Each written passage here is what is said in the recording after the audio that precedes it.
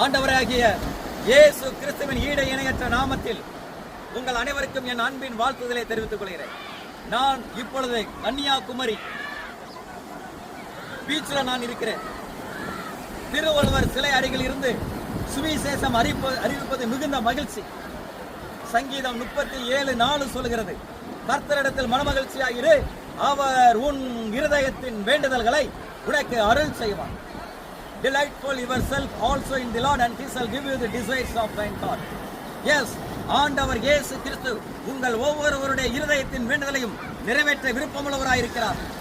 இந்தியாவின் தென்முனை பகுதியான கன்னியாகுமரியில் இருந்து சொல்கிறேன், இந்தியாவில் உள்ள ஒவ்வொரு ஜனங்களும் ஆசீர்வதிக்கப்பட வேண்டும். இந்தியாவில் உள்ள ஒவ்வொருவரும் ரட்சிக்கப்பட வேண்டும். இந்தியாவில் உள்ள ஒவ்வொருவருடைய கடன் பிரச்சனை மாற வேண்டும். குறிப்பாக இந்தியாவின் கடன் 214 லட்சம் கோடி முழுவதும் அடைக்கப்பட வேண்டும்.